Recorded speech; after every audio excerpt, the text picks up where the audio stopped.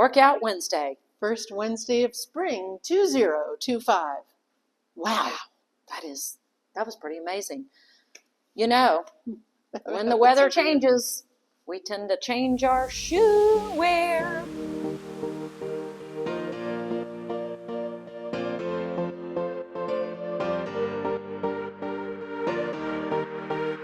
It's nicer out more of the time. Most people are getting out and about on their feet a little bit more than usual, especially like when we have parades. Oh, yeah. And a question I get a lot is, hey, what kind of shoes do you wear for your fitness?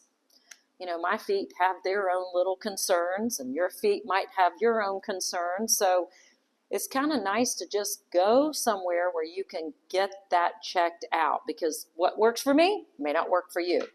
The way you use your feet has a lot to do with the type of footwear you should wear. Right. And there are shoes that are specifically designed for whatever it is you are specifically doing. So that's why there are court shoes with a lot of lateral support for tennis and pickleball and court sports, because you do a lot of side-to-side motion in those sports. When you're running, though, you don't generally do a lot of side-to-side motion, and so you might have a very different kind of shoe structure. Fleet Feet Sports in Savannah is a great place to go. And Puller, let's not forget that location. Great place to go to get well fitted for the shoes you need for the type of sport you enjoy. Yeah, I'll look at the bottom of my shoe and I can tell how I walk or run or just through my daily activities, and they can do an analysis that shows how your foot situates itself. But in general, if your feet are not feeling great, you can get a tennis ball, or this is a trigger point ball. I just like to roll my foot, the fascia. Ooh, that feels good. Sometimes you'll hear people refer to lacrosse ball to use for that, which is really great if you have some nice fat pads in your feet. Mm-hmm. But if you have bony old feet like I do, it's just too darn hard. So a racquetball or a tennis ball works really well because it's just a little softer.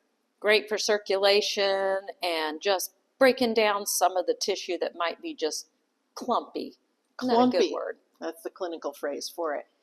And then there's two other words that you might hear us refer to as mobility, how well things move. So just simple ankle circles or calf stretching.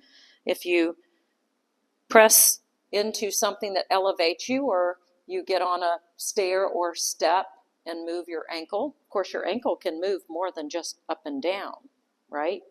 Right. Yeah. It can move side to side also. So you can use a wobble board or a half of a foam roller to work on that side to side stability.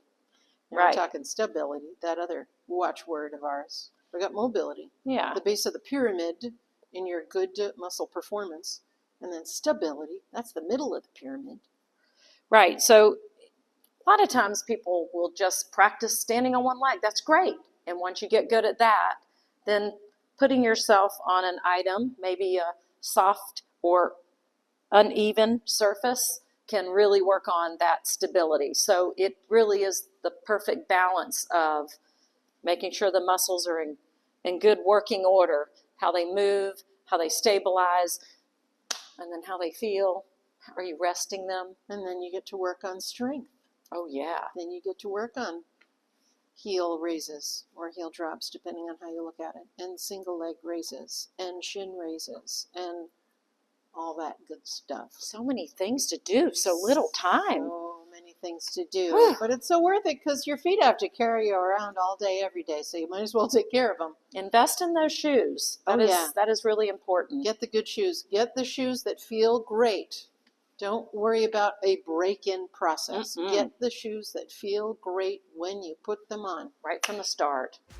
And there's your Workout Wednesday. Let's see you next week. Lots of words. Yeah. And maybe a little bit of good information. See ya. Springy.